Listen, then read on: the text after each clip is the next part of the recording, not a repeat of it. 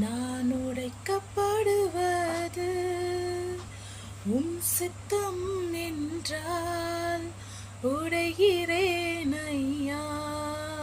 உம் சித்தம் நிறைவேற்ற நான் அழுவது உம் சித்தம் என்றால் அழுகிறேன் ஐயா. உம் சித்தம் நிறைவேற்ற உடைந்து போனே நான் உம் கரத்தில் எடுத்தீரே. என் அழுகை எல்லாமே உம் கணக்கில் வைத்தீரே.